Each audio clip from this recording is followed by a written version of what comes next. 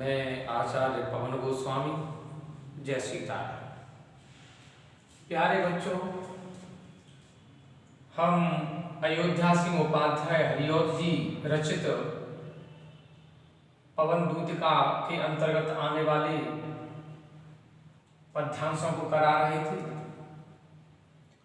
अब तक हम 12वें नंबर के पद्यांश तक व्याख्या करा चुके हैं। अब हम आगे कराएंगे। सांचे ढाला सकल वपु है, दिव्य सौंदर्यशाली, सत पुष्पों सी सुरभि उसकी, प्राण संपोषिका है। दोनों कंधे ब्रसव बरसे, है बड़े ही सजीले, लंबी बाहें कलव करसी, शक्ति की पेटिका है। लंबी बाहें कलव करसी, शक्ति की पेटिका है। प्यारे बच्चों, प्रस्तुत पद्यांश में राधा जी पवन दूतिका से अपने प्यारे प्रियतम भगवान श्री कृष्ण की सुंदरता का वर्णन एवं पहचान बताते हुए कहती है। सांचे ढाला सकल बपु है, दिव्य सौंदर्यशाली। सांचे ढाला, सांचे में ढाला हुआ, सकल बपु, सकल माने संपूर्ण या सारा, बपु माने शरीर, दिव्य अलौकिक सौंदर्यशाली, सुंदरता से युक्त या सौंदर्यवान। राधा जी पवन से भगवान श्री कृष्ण की सुंदरता और उनकी पहचान बताते हुए कहती है कि हे पवन, मेरे प्यारे प्रियतम भगवान श्री कृष्ण का संपूर्ण शरीर सांचे में ढले हुए के समान एवं दिव्य सौंदर्यशाली, अलौकिक और अत्यंत सुंदर होगा। सांचे ढाला सकल बपु है, दिव्य सौंदर्यशाली।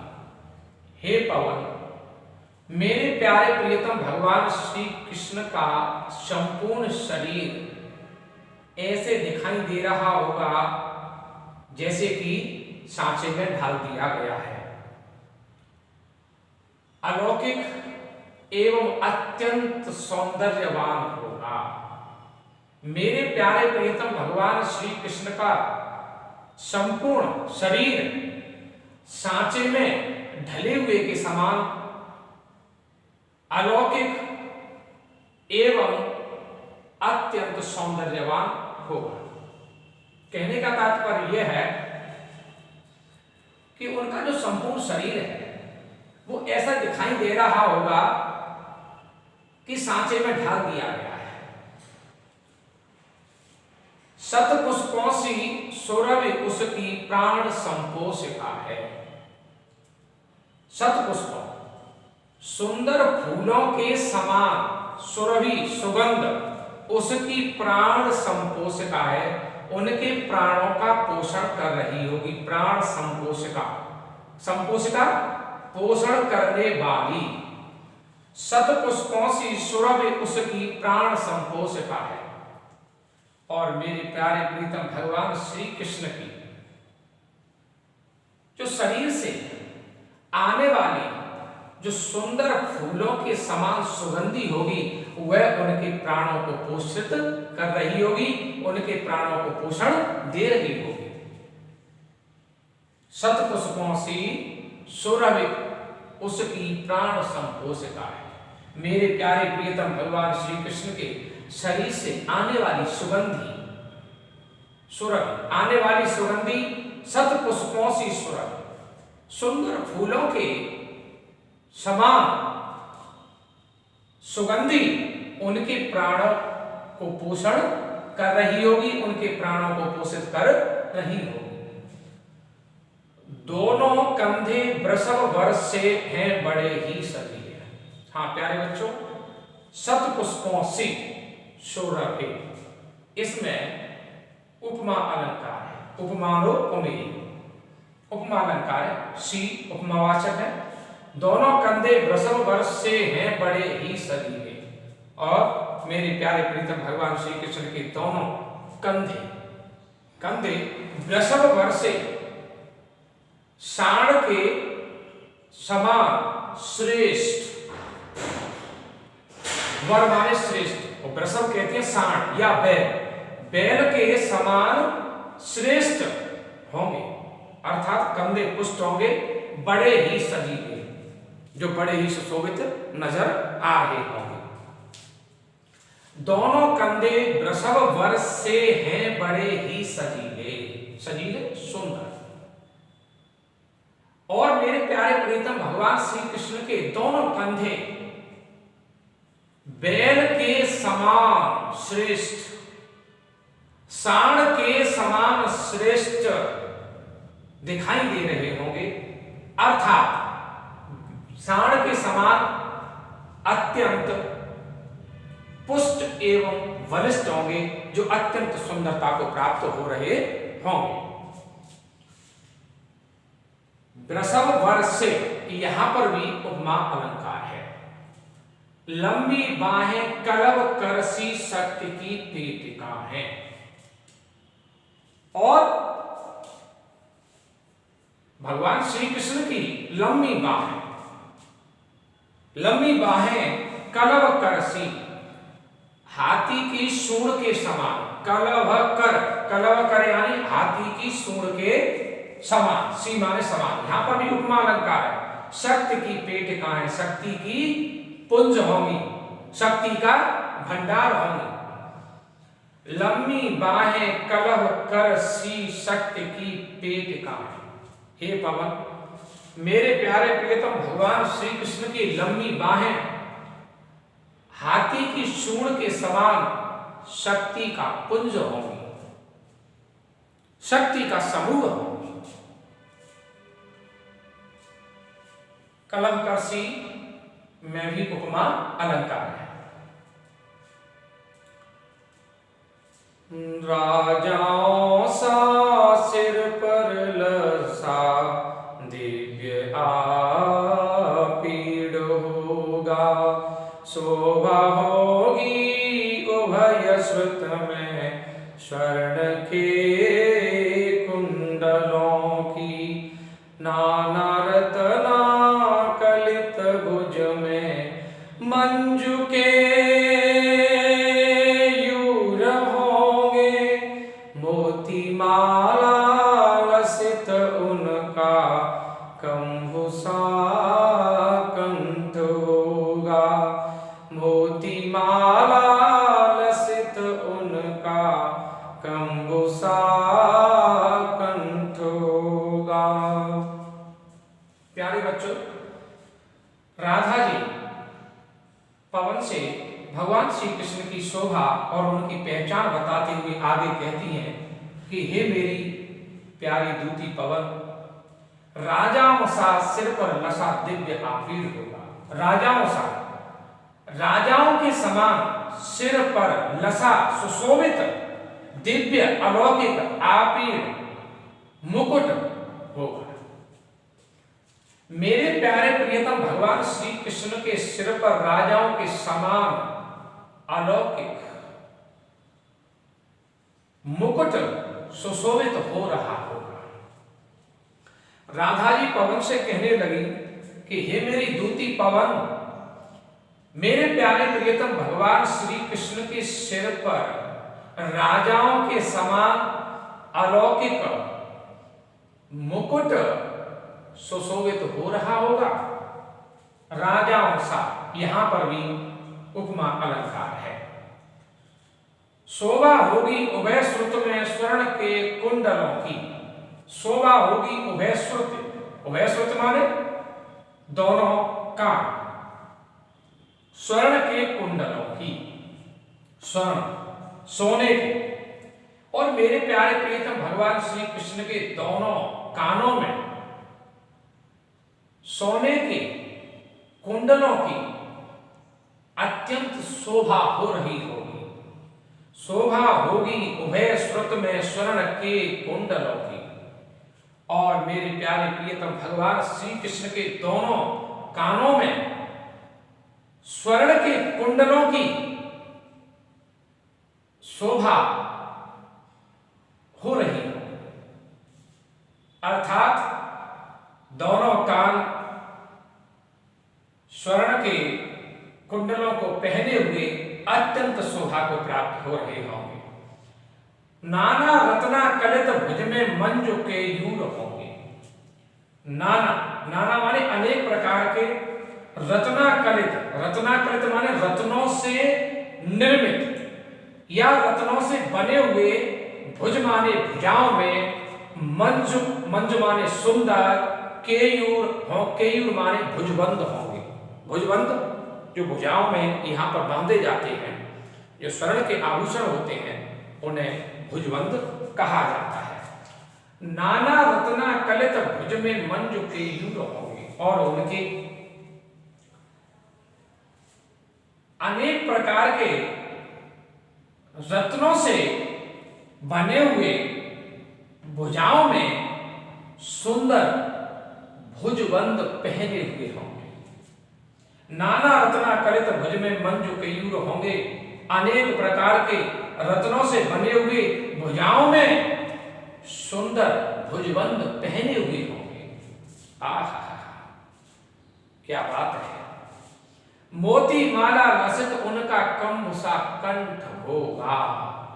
मोती माला, मोतियों की माला से लसित माने सुशोभित, उनका कम्ब सा यानी शंख के समान, कम्ब माने शंख, सा माने समान, कंठ होगा, गला। मोती माला लसित उनका कम्ब सा कंठ होगा, मोतियों की माला से सुशोभित उनका शंख के समान कंठ सुशोभित हो रहा होगा। शंख दोनों सिरों से पतला होता है और बीच में मोटा होता है, तो उसी प्रकार से भगवान श्री कृष्ण का शंख के समान गला है, उसका वर्णन यहाँ पर किया गया है। मोती माला लसित उनका कम्ब सा कंठ होगा, मोती की मालाओं से सुशोभित उनका शंख के समान गला सुंदरता को प्राप्त कर रहा होगा। आहा, कम्ब सा में ही उपमा अलंकार है। तेरे में है न यह गुण जो तू व्यथाएं सुनाए, व्यापारों को प्रखर मतियों युक्तियों से चलाना, बैठे जो हो निज सदन में मेघ सी कांति बाले, तो चित्रों को इस सदन के ध्यान से देख जाना, तो चित्रों को इस सदन के ध्यान से देख जाना। तेरे में है न यह गुण जो तू व्यथाएं सुनाए, व्यापारों को प्रखर मति और युक्तियों से चलाना, बैठे जो हो निज सदन में मेघ से कांति वाले, तो चित्रों को इस भवन के ध्यान से देख जाना। प्यारे बच्चों, राधा जी ने अपना संदेश लेकर के पवन को भगवान श्री कृष्ण के पास भेजा है। उपर्युक्त पद्यांश में राधा जी ने भगवान श्री कृष्ण की शोभा का वर्णन किया है और उनकी पहचान भी बताई है। अब आगे राधा जी पवन से कहती हैं कि हे पवन, क्योंकि तू अमुख ही है, तेरे मुख नहीं है, तो मेरे संदेश को तू भगवान श्री कृष्ण से कहेगी कैसे? लेकिन तुझ में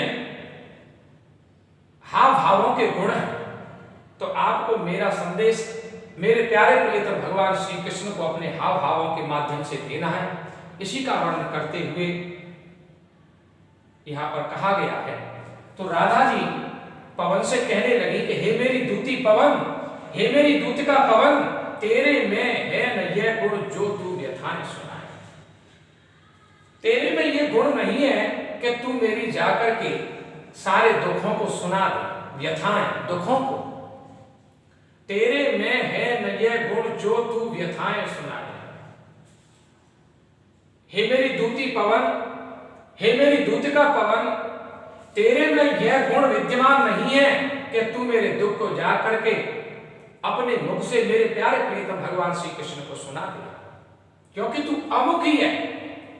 परंतु व्यापारों को प्रखर मति और युक्तियों से चलाना, व्यापार, लेकिन व्यापार क्रियाओं से, हाव भावों से, प्रखर मति, तेज बुद्धि, प्रखर मति, तेज बुद्धि और युक्तियों से चलाना और युक्तियों से समझाने की चेष्टा करना। व्यापारों को प्रखर मति और युक्तियों से चलाना। हे मेरी प्यारी पवन, तू मेरी व्यथाएं मेरे प्यारे प्रियतम भगवान श्री कृष्ण से सुनाएगी, तो व्यापारों को प्रखर मति और युक्तियों से सुनाना, चलाना, व्यापार क्रियाओं यानी हाव भावों, अपनी तेज बुद्धि और युक्तियों के माध्यम से समझाने की चेष्टा कर। बैठे जो हो निज सदन में मेघ सी कांति वाले, तो चित्रों को इस भवन के ध्यान से देख जाना। बैठे जो हो निज सदन में, निज सदन माने अपने महल में, मेघ सी कांति वाले, मेघ माने बादल, बादलों के समान चमक वाले, कांति वाले माने चमक वाले, अर्थात बादलों का रंग कैसा होता है? साल। ऐसा ही रंग किसका है? भगवान श्री कृष्ण का। तो यहाँ पर मेघ सी कांति वाले यहाँ पर आया है और मेघ सी कांति वाले में उपमा अलंकार है। बैठे जो हो निज सदन में मेघ सी कांति वाले, मेघ के समान कांति वाले, मेघ के समान चमक वाले मेरे प्यारे प्रियतम भगवान श्री कृष्ण जिस महल में बैठे हुए हो, मेघ के समान चमक वाले मेरे प्यारे प्रियतम भगवान श्री कृष्ण जिस महल में बैठे हुए हो, तो चित्रों को इस भवन के ध्यान से देख जाना। तो उस भवन में दीवारों पर लगे हुए चित्रों को ध्यान से देख लेना। तो चित्रों को इस भवन के ध्यान से देख जाना, तो उस भवन में, उस महल में दीवारों पर जो चित्र लगे हुए हों उन्हें ध्यान से देख लेना।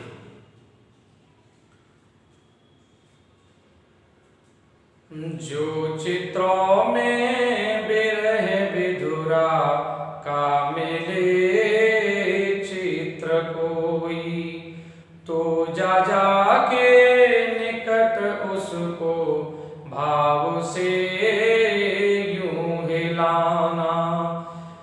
प्यारे हो के चकित जिससे चित्र की ओर देखें, आशा है यूं सूरत उनको हो सकेगी हमारी।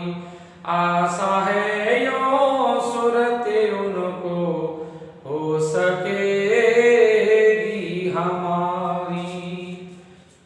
जो चित्रों में विरह विधुरा का मिले चित्र कोई, जो चित्रों, तो उन चित्रों में विरह विधुरा, विरह विधुरा कहते हैं विरह से पीड़ित, विरह से पीड़ित किसी स्त्री का यदि चित्र मिल जाए, दीवार पर टंगे हुए चित्रों में, जो चित्रों में विरह विधुरा का मिले चित्र कोई, चित्रों में, दीवार में टंगे हुए उन चित्रों में विरह से दुखी किसी स्त्री का चित्र मिल जाए तो जा जाके निकट उसको भाव से यूं हिलाना, तो जाकर के दीवार पर टंगे हुए उस चित्र को भाव से हिला देना, बड़े भाव से हिला देना। तो जा जाके निकट उसको भाव से यूं हिलाना, तो दीवार पर टंगे हुए उस चित्र को निकट जाकर के और उसको भाव से हिला देना। विरह विधुरा, यहां पर व की आवृत्ति हुई है, इसलिए यहां पर अनुप्रास अलंकार है। जा जाके यहां पर जज की आवृत्ति हुई है और यहां पर भी अनुप्रास अलंकार है। प्यारे होके चकित जिससे चित्र को और देखे, तो जैसे ही दीवार पर टंगे हुए चित्र को तू भाव से हिलाएगी तो मेरे प्यारे प्रियतम भगवान श्री कृष्ण आश्चर्यचकित होकर के उस चित्र की ओर अवश्य देखेंगे। प्यारे होके चकित जिससे चित्र की ओर देखें, चकित आश्चर्यचकित। जैसे ही दीवार पर टंगे हुए विरह से पीड़ित उस स्त्री के चित्र को तो हिलाएगी तो मेरे प्यारे प्रियतम भगवान श्री कृष्ण आश्चर्यचकित होकर के उस चित्र की ओर देखेंगे। आशा है यह सूरत उनको हो सकेगी हमारी, और मुझे आशा ही नहीं बल्कि विश्वास भी है। आशा है यो सूरत, सूरत माने ध्यान, याद, उनको हो सकेगी हमारी। आशा है यो सूरत उनको हो सकेगी हमारी। मुझे आशा ही नहीं बल्कि विश्वास भी है कि इस प्रकार से ब्रज के जो विरह में पीड़ित जन हैं उनकी याद मेरे प्यारे प्रियतम भगवान श्री कृष्ण को अवश्य हो सकेगी। आशा है यो सूरत उनको हो सकेगी हमारी, और मुझे आशा ही नहीं बल्कि विश्वास भी है। ब्रज में जितने भी जो पीड़ित जन हैं उनके विरह में पीड़ित हैं, तो उस चित्र को देख करके निश्चय ही हमारी याद उनको हो सकेगी, हमारी याद उनको आ जाएगी। सूरत माने याद।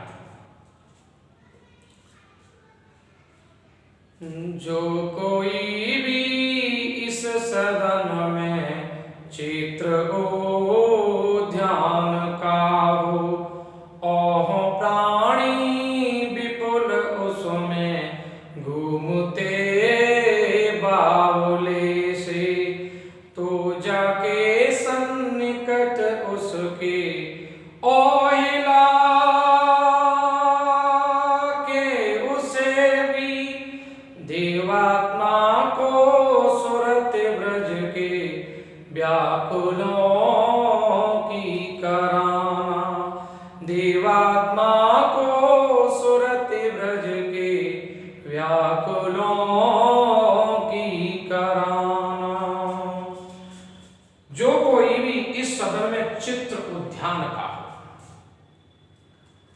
राधा जी पवन से आगे कहने लगी कि हे मेरी प्यारी पवन, यदि उन चित्रों में दीवार में टंगे हुए उन चित्रों में यदि कोई चित्र बगीचे का हो, उद्यान का हो, सदन माने महल, उद्यान माने बगीचा, जो कोई भी इस सदन में चित्र उद्यान का हो, जहां पर मेरे प्यारे प्रियतम भगवान श्री कृष्ण जिस महल में बैठे हुए हों, तो उस महल में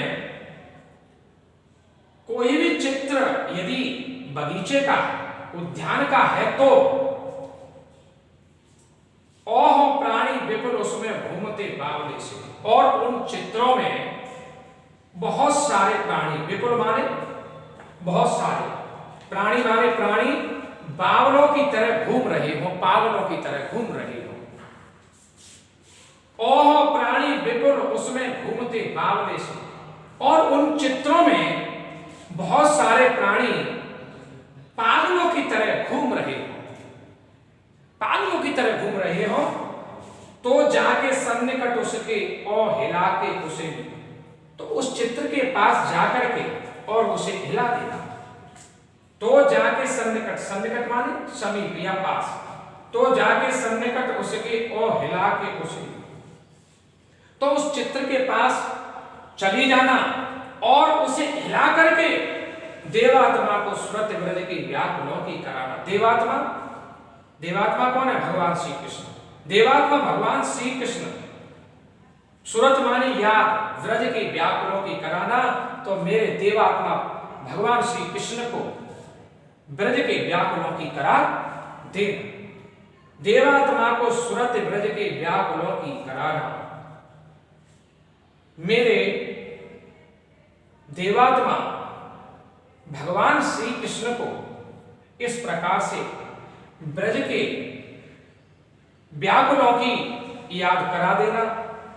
उन्हें ध्यान हो आएगा कि जिस प्रकार से चित्र में यह विरह विधुरा है, विरह से पीड़ित स्त्री है, और ये विरह से पीड़ित लोग पागलों की तरह घूम रहे हैं, तो उसी प्रकार ब्रज में भी मेरी याद में गोप ग्वाल बाल और राधा जी अत्यंत व्याकुल हो रहे होंगे, और इस प्रकार से हमारी याद भगवान श्री कृष्ण को करा देगा। प्यारे बच्चों, यदि मैं प्रस्तुत पद्यांशों की बात करूं, जो पढ़ाए गए पद्यांशों की बात करूं, तो पहला और दूसरा, इसको आप एक बना सकते हैं, और इसको 15, 16, 17 वाले को एक बना सकते हैं। और वैसे तो देखा जाए तो सभी का काव्य सौंदर्य एक जैसा ही है। जो रस है, ऊपर के जो दोनों पद हैं उसमें श्रृंगार रस है, और नीचे के जो 3 पद हैं इनमें विप्रलंब या व्योग श्रृंगार है। छंद सारे के सारे पद्यांशों में मंदाक्रांता है। अलंकार सारे के सारे पद्यांशों में उपमा और अनुप्रास बन रहा है। भाषा शुद्ध साहित्यिक खड़ी बोली है। शैली प्रबंधात्मक है। गुण माधुर्य है। शब्द शक्ति, अभिधा और साथ में लक्षण आदि है।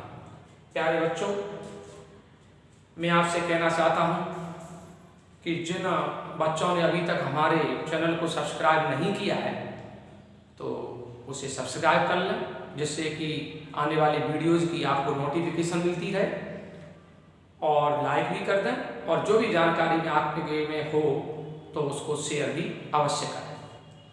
और प्यारे बच्चों, भाग 4 में मैंने 13, 14, 15, 16, 17 5 पद्यांश कराए हैं, और इससे आगे के पद्यांशों को हम भाग 5 में कराएंगे। तब तक के लिए जय सीता राम।